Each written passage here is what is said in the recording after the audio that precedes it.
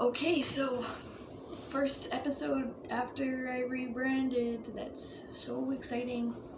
Um, this is my first episode with an actual topic because I was doing it kind of just like whatever I was thinking of then, but I kind of want to lean a little more into commentary and real podcasts, so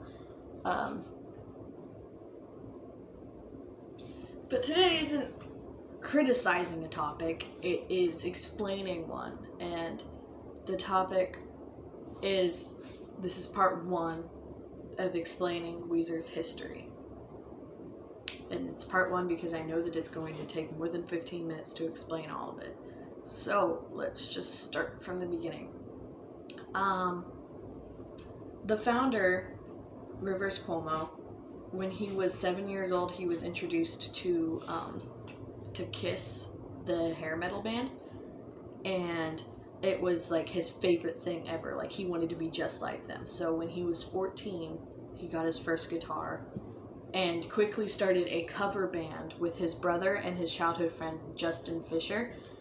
And they were called Fury. And what they did was they played Kiss covers at small festivals and stuff, but they didn't last very long. They lasted like, I don't remember exactly off the top of my head, it was probably like a couple of months. So Rivers was kind of bummed about that, I'm sure, but he and Justin Fisher later moved on to form their high school metal band called Avant-Garde, and I'm blanking. Rivers played lead guitar, Justin played bass. They had people from their high school and a neighboring high school inside the band, and they were actually getting kind of popular in the Connecticut music scene. They were kind of like, if you're picking up what I'm putting down. So, yeah. Anyways, it didn't take long before they graduated, and they graduated in 1988, and after they graduated in 1989, they moved to Santa Monica, California, and they hung out there, but by around 90, after they changed the band's name to Zoom for some reason, they broke up, and Rivers was all bummed about it. He worked at a record store for a little while, and he started getting into alternative rock. Things like the Pixies and Nirvana and all the stuff. Rivers really liked the way that it sounds, so he learned how to play like that, and he decided that he wanted to start another band. The only problem was there was like a million incarnations of this band before it turned into what it finalized as. So, one of which, notably, was called 60 Wrong Sausages. It was still kind of before he really knew how to be a rock band, so it was like metal music disguised as nerds. And they were called 60 Wrong Sausages. Let that sink in. Anyways, in 1992, though, on February 14th, 1992, they finally came up with a name and a final incarnation of members, and they formed Weezer. And this contained Matt Sharp, Patrick Wilson, Jason Cropper, and of course Rivers himself. They sent off their first demo tape later that year, and there was producers and people calling just to let them know that they didn't get into it, but quickly they were picked up by Rick Ocasek from the Cars and Geffen Records. So that is the way that they went. They started recording their first album, their self-titled album, which later is known as the Blue Album, in 1993. During that time, Jason Cropper got fired for reasons unknown, but I have heard around that it was because they had a no girlfriends rule and he got his girlfriend pregnant. So, yeah, they had to find a new guitarist, and they had to fast because the album was almost out and they were just going to have three members, and they're going to have to pay Jason stuff because his guitar parts are still on those and they haven't re-recorded them yet. Like,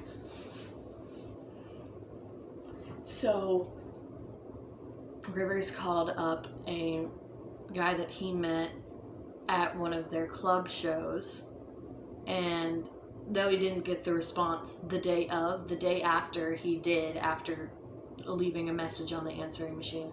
And Matt answered first and was like, "Oh, hey, what's up?"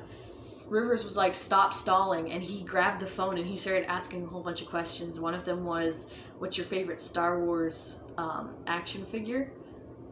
Another one was, "Can you sing?" And then he was like, "Do you want to be in our band?" And this person that they called up, Brian Bell, he was like, "Sure, I guess." He had just come out of Carnival Art, and he was now working on Space Twins with his then girlfriend. But that's a story for another time. There's a lot to unpack there. So at that point,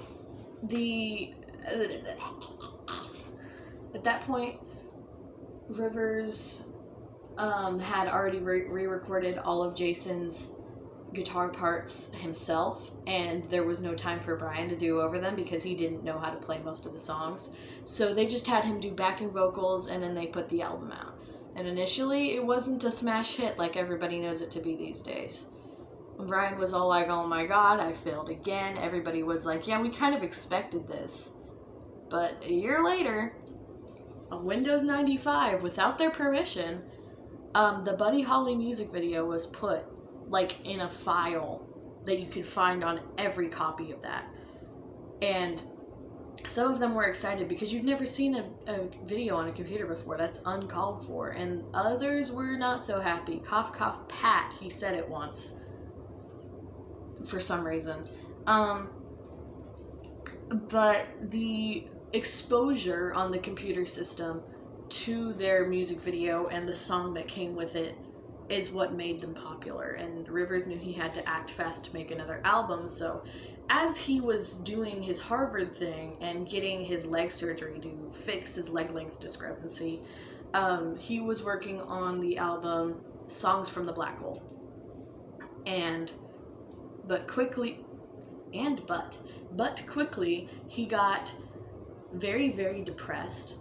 And he was like, "I can't do this anymore. I need to write something else that actually has emotion behind it." So what he did is he took all of his feelings, everything he felt at Harvard, everything he felt while alone in the hospital, recovering, with that brace on, anything that he was feeling during that period of time, he took it and he made an album. And that album is now known as Pinkerton. So Pinkerton releases in September of 1996, and the fans and the press hate it. It was a commercial failure. It sold poorly. It was getting bad reviews. It was rated in the top 15 worst albums of the year from somebody, I don't remember who. And Rivers was bummed about this. He was so sad that, like, when they were on tour, it was like he was just feeling nothing. He was, like, actually just like a shell of himself, which he usually was when he was on tour, which he admitted at the time. Eventually, 1997, maybe it looked like it was going upwards back for them because the fans still stayed. They knew the lyrics to the songs. But, well, Matt Sharp started the freaking Rentals, and he was looking for an excuse to leave. So, guess what? His last show with them was a benefits concert for the people that managed their fan club that died in a car crash on the way to one of their shows. that was the last time that Matt was ever seen performing with that band. Rivers, he was very sad. So while Pat and Brian went to go work on their respective side projects, Rivers went back to Harvard, and he just kind of stayed there. It was a little sad, but you know, he had a house out there, and he was doing well for himself for what he had. He started basically as a demoing project to play songs, see their initial reaction from the crowd, and also test out new band members in case anybody needed to get kicked out or he needed a new bassist, because he literally did. And he called it Homie, otherwise known as, I think it was Lovely and the Rivers Cuomo Band. So around that time is also when he met his later wife, but they did not stay in contact very much. I'm pretty sure that they did at some point, because she was thanked later in the Green Album and Maladroit CDs, pretty close to the top of the thank you list, but they did not get married until 2006 after Make Believe. So that's that, you know. Rivers was desperate to make the fans like him again, and he had a lot to work on, so he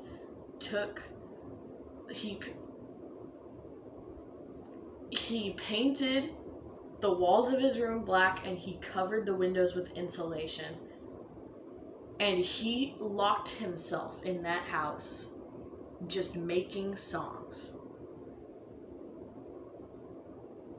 The first person to visit him after all that was Brian. He was letting him in a little bit at a time, and one of the first things that Brian did was he was like, okay, show me some of these songs that you've written. The first one that he saw was Island in the Sun, and Rivers played it for him. He was like, this is not like any Weezer song I've heard before, but we can make it work as a band. So with new bassist Mikey Welsh, they got back together. They performed at... They did not perform. What am I talking about? They did perform, but like that's not like what I'm talking about right now. The first music they put out after that's what I was supposed to be saying. There's a fly in here. Is it was their very, very little 2 original songs for Christmas in 2000. It was one of 2 Christmas EPs that they've done, but the other one was a whole bunch of cover songs in 2008, so we don't talk about that one. And the songs are actually pretty good. My favorite is literally called A Christmas Song. But that kind of solidified their union with Mikey Welsh, and just like the fact that they were back. They're not leaving anymore. But something was a little bit different about Rivers. He was... It's hard to say. At some point during the rollout of the Green Album, when they were going back on tour right before it released in May of 2001, he became that ice block again that he became every time he went on tour. Except this time he was kind of being a jerk. Mikey said once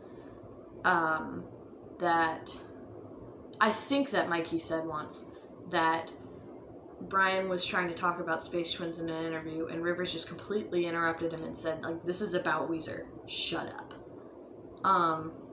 And Mikey, after he left the band in June of 2001, after an attempt on his life, where he went to a mental hospital, he had said multiple times, he said that Rivers was just playing with them, and the other guys just let him do it. And that was what made it so bad for him, is that nobody stood up for themselves. That's all the time that I have today. I'll see you guys like next week. Bye.